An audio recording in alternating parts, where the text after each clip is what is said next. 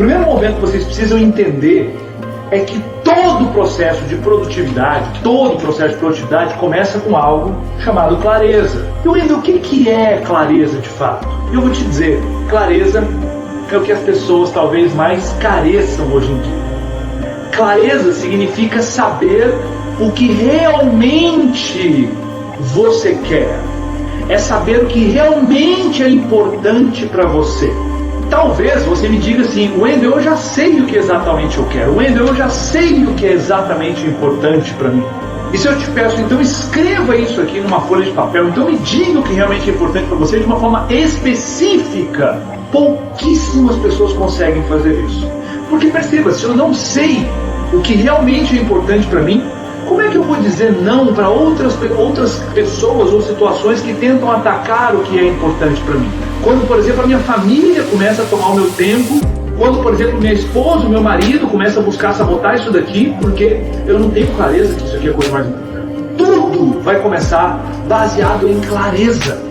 Muitas pessoas perguntam, João, como é que eu faço para ser motivado? Como é que eu faço para manter minha motivação? Eu queria ter uma motivação igual a sua. E aí eu sempre respondo, eu não acordo motivado, eu acordo porque eu tenho que fazer a tarefa, porque eu sou responsável, porque eu tenho as minhas rotinas, que eu tenho a disciplina. Manter a produtividade alta, ou seja, colocar energia numa coisa que ela te dá resultado, que ela te traz coisas importantes para você. Coloca energia, coloca tempo, coloca inteligência, coloca dinheiro, coloca ali a tua prioridade e traz resultado para você, performance, resultado. Eu utilizo uma ferramenta de planejamento que eu uso todos os dias. Eu tenho um planner e nesse planner eu coloco todas as tarefas do meu dia. Esse planner é um planner que eu desenvolvi durante muito tempo, desde a época que eu nadava, eu anotava os meus treinamentos, anotava os tempos que eu queria fazer, anotava as coisas que eu tinha que melhorar e aquilo ajudava o meu treinamento e ajudava na minha competição. E eu fui fazendo isso durante vários anos, décadas, na minha vida como atleta. Depois eu virei treinador de natação e aí eu era melhor ainda, então eu tinha meu caderno de treinamento, onde eu olhava meus treinamentos, meu programa, minha periodização e eu sistematizei o que eu ia fazer, como que tinha sido, o que aconteceu, qual era o objetivo do dia, o objetivo da semana, o objetivo do mês e eu periodizava. O ambiente, ele é um importante molde para o nosso comportamento, né? Inclusive tem alguns livros, alguns autores que falam sobre isso. O ambiente, ambiência, né? A ambiência seria todos os elementos do ambiente. A ambiência, ela é subvalorizada. As pessoas acham que para você ter um determinado comportamento, para você mudar um hábito, alguma coisa assim, você tem que depender da força de vontade. Você tem que começar e fazer. A dieta da segunda-feira. Cara, quantas dietas da segunda-feira fracassam? Acho que 99%, entendeu? Por quê? Porque se você não mudar seu ambiente, você não progride, a coisa não muda, não vira, a chave não vira, entendeu? Então, assim, tem um autor aí do livro Força de Vontade Não Funciona, esqueci, um psicólogo aí norte-americano, ele fala que você e o ambiente é unha e carne. Então, não adianta você ter força de vontade se o seu ambiente não for propício. Ele cita até um exemplo aqui, como é que a ambiência influencia. Por exemplo, essas motocross, moto de trilha, isso aí é uma coisa um tanto antiga, começou a nascer nos anos 80. Nos anos 80 teve um cara, está no livro dele lá, teve um cara que ele fazia motocross e ele foi o primeiro cara que tem as rampas, né? Tem aquele barranco de areia, né? Aí o cara pula e cai no outro barranco, né? Dá um salto. Teve um cara, um doido, que uma vez ele acelerou muito forte. Na hora que ele pulou, ele puxou a moto pra trás. E foi o primeiro cara que deu um mortal pra trás de moto. E caiu em pé assim, caraca, o que eu fiz? Que loucura. Porque o pessoal só dava o jump, né? Mas não dava o mortal pra trás. Caraca. O cara ficou conhecido, no final dos anos 80. E aí, teve aí ele ficou conhecido por isso. Tinha um jovem, na época, tinha 14 anos, o nome eu também não lembro, mas ele gostava muito de motocross e esse rapaz de 20 e poucos, que tinha dado mortal, era o ídolo dele, né? E aí ele começou a praticar motocross e esse menino novo que começou a fazer o motocross, ele foi o primeiro a dar 2 mortais pra trás. Olha, interessante. Em poucos meses de treino. Por quê? Porque o ambiente fez com que aquilo não fosse mais uma novidade. Ele já entendeu que não morre, isso aí é ok, e ele começou a desenvolver um outro patamar, ele subiu a régua. Então, todos os dias você tem que levantar e perguntar o que é realmente importante para mim, o que é fundamental, o que me traz resultados. E às vezes esse autoconhecimento você tem que parar e se refazer a todo momento. E não importa qual momento que você está. Ano passado eu fui e parei assim e falei, cara, o que eu quero agora para os próximos anos da minha vida? O que é importante para mim? Comecei a elevancar um monte de coisas. E várias dessas coisas que eu elenquei, eu falei, cara, eu tenho 11 startups, 5 não fazem o menor sentido pra mim. Menor sentido, eu tô nelas porque eu tava lá um tempo atrás e preciso sair. Então hoje eu estou com a ideia do seguinte: minimizar o impacto dos meus negócios, sair de vários negócios. Morando nos Estados Unidos, eu estou muito menos no Brasil. Então o que eu tenho que fazer? Eu tenho que sair daquelas coisas que até são legais, até dão dinheiro, mas não consigo mais estar junto, não tenho mais tesão por aquilo, porque a gente perde o tesão a todo momento. Eu já perdi o tesão pelas coisas da minha vida várias vezes. E sabe qual que é o tesão da coisa? Descobrir o próximo tesão do que é importante. Eu estava procurando uma startup para investir de relacionamentos, porque esse é um nicho do cacete. Nos Estados Unidos são feitas pequenas transações de 15, 20, 30 milhões de dólares com apps ou sites de relacionamento. Aí eu comecei a estudar esse mercado, falei, cara, eu preciso trazer uma dessas empresas para o meu portfólio e botar inteligência artificial, que eu tenho uma outra startup, vou juntar, fazer um puta de um produto e vender por 30, 40 milhões de dólares. Porque nos Estados Unidos vender alguma coisa por 20, 15, 30 milhões de dólares acontece a cada segundo. Vocês ouvem aqui, o Facebook comprou o WhatsApp por bilhões. Esses grandes acontecimentos, eles acontecem 1, 2 vezes no mês. Mas os pequenininhos, 5 milhões, 10 milhões, 15 milhões, é todo dia. É segundos que acontecem. Eu já tive a oportunidade de vender 2 startups nos Estados Unidos. Cara, eu fico impressionado como o mercado lá funciona. Aqui é que a gente tem uma mentezinha limitada. Nossa, 30 milhões é muito dinheiro. Talvez para você, mas tem outras pessoas com mais dinheiro do que você que 30 milhões não é nada para esses caras. E a gente se limita nas coisas pequenas. Olha que coisa louca. Aí você perde tempo com o quê? Com a coisa de 10 mil. E não é de 10 mil que eu quero perder tempo. Eu quero perder tempo com aquele negócio de 10 milhões. Hoje nós temos muito ladrões de tempo. Se a gente observar a internet é uma grande responsável por perdermos tempo. Aquele monte de e-mails que cai no nosso computador, os convites das redes sociais, a tecnologia, todo momento. E uma das maiores loucuras que a gente faz é querer fazer tudo ao mesmo tempo.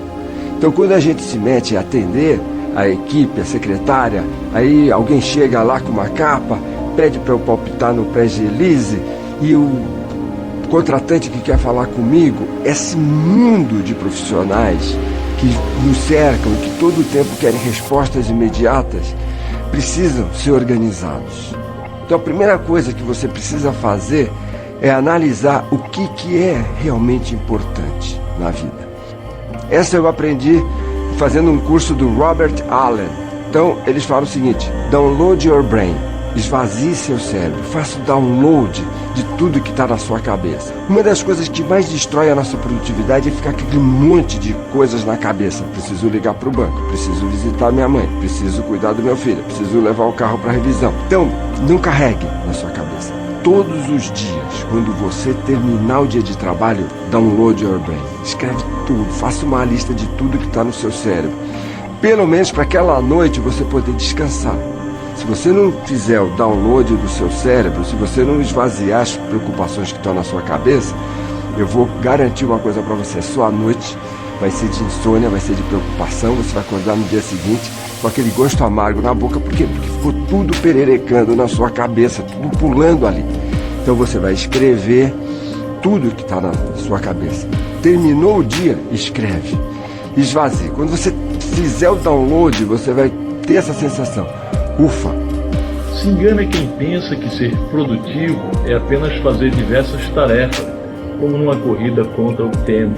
A produtividade está relacionada com os resultados, mas também com os meios de trabalho. Não é só fazer, mas fazer bem feito, economizando tempo e recursos e maximizando a entrega final. O escritor Paul J. Meyer dizia que produtividade nunca é um acidente, é sempre o resultado de um comprometimento com a excelência, inteligência, planejamento e esforço focado. É uma equação complexa que envolve vários fatores, desde técnicos até subjetivos. Por isso é importante estar motivado para aquele trabalho. Assim você rende mais e se sente bem na atividade. O resultado, amigo, só pode ser o melhor, um trabalho bem feito e altamente produtivo. Para ser produtivo em qualquer atividade da vida, é preciso antes de tudo ter organização. Eu falo de organizar seu dia, seu tempo, tudo o que é preciso fazer naquele período. Já experimentou programar seu dia na noite anterior, definir suas tarefas, seus objetivos, o que você quer alcançar? Estabeleça prioridades e coloque as tarefas mais difíceis no topo da lista. Assim, conforme elas forem sendo concluídas, seu dia vai ficando mais tranquilo, com as tarefas mais leves. Outra opção é identificar seu período mais produtivo do dia. Quando você está mais disposto, e isso varia de pessoa para pessoa, e programar as tarefas mais complexas para aquele horário. Mais importante, faça uma coisa de cada vez para não se perder. Gerenciar o tempo é essencial para obter melhores resultados. O segredo é fazer mais com menos. O segredo é, primeiro, aumentar a sua competência. O que é competência? Competência é a habilidade de gerar resultados desejáveis. Para você gerar resultados desejáveis, você tem que aprender a trabalhar com modelos. Não é a mesma coisa que ideias. Vamos fazer essa distinção aqui, muito importante.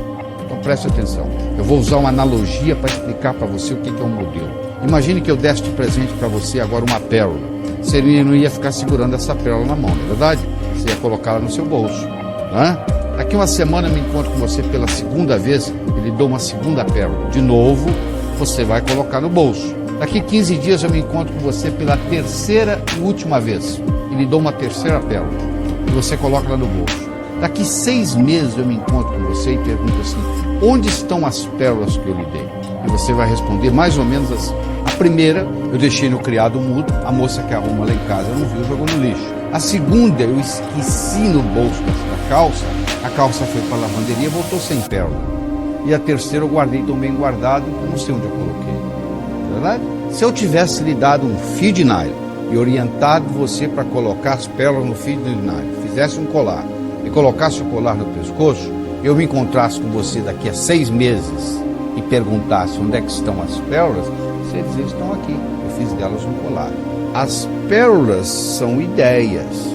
O cemitério está cheio de pessoas que tiveram boas ideias e quebraram por causa de ideias. Uma boa ideia pode estragar a sua vida se você não tem um modelo por trás. A melhor definição que eu conheço de educação é a seguinte: educação é aquilo que fica depois que você esqueceu tudo que você aprendeu. O que fica? Ficam modelos.